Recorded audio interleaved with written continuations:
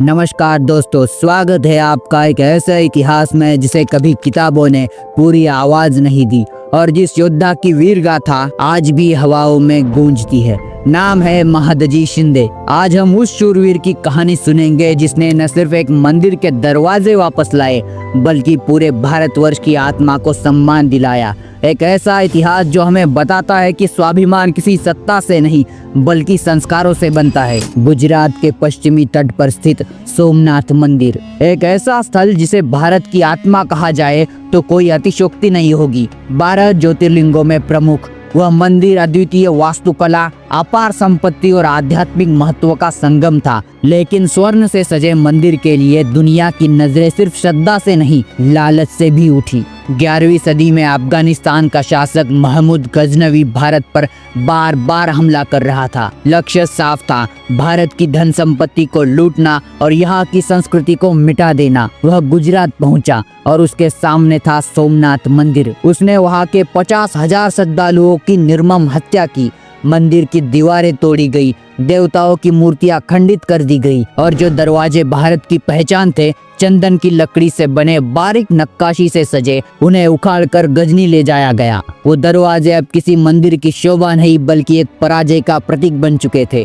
भारत की सभ्यता को जैसे चुनौती दी गई थी। सदियां बीतती रही, राजवंश आए और गए, लेकिन किसी ने उन दरवाजों को वापस लाने की हिम्मत नहीं की।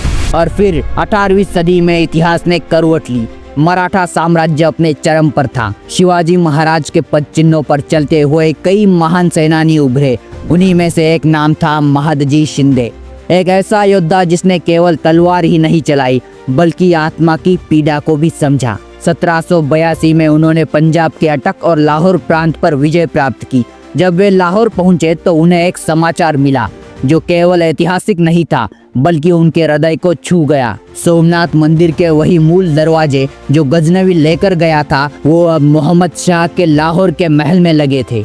भारतीय संस्कृति के प्रतीक अब विदेशी जमीन पर कैद थे। महादजी शिंदे ने बिना एक पल गवाए निर्णय लिया, यह सिर्फ युद्ध नहीं बल्कि सम्मान की वापसी का संग्राम होगा। उन्होंने हमला किया, लड़ाई लड़ी और विजयी हुए। 750 साल बाद एक भारतीय योद्धा ने दुश्मन की धरती से अपने देश के सांस्कृतिक चिन्हों को वापस लाने का इतिहास में पहली बार साहसिक कदम उठाया।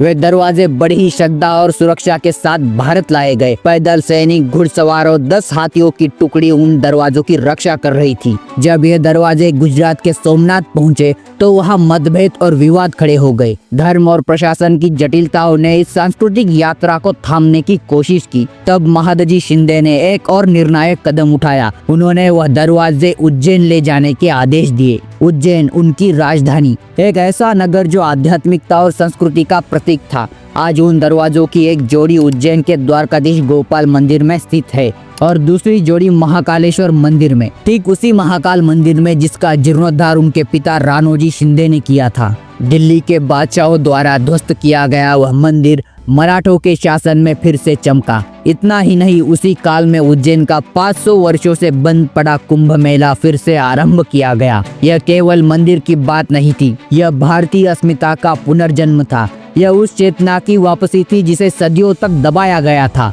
महादजी शिंदे ने साबित कर दिया कि युद्ध केवल सीमाओं के लिए नहीं होते, कभी कभी युद्ध संस्कृति, सम्मान और स्मृति के लिए लड़े जाते हैं। उन्होंने दिखाया कि असली जीत वही होती है जो आत्मा को मुक्त कर दे। इतिहास में बहुत कम ऐसे योद्धा होते हैं जो अपने तलवार की धार से नहीं बल्कि अपने संकल्प और श्रद्धा से देश का भविष्य गढ़ते हैं। महादजी शिंदे उन्हीं में से एक थे।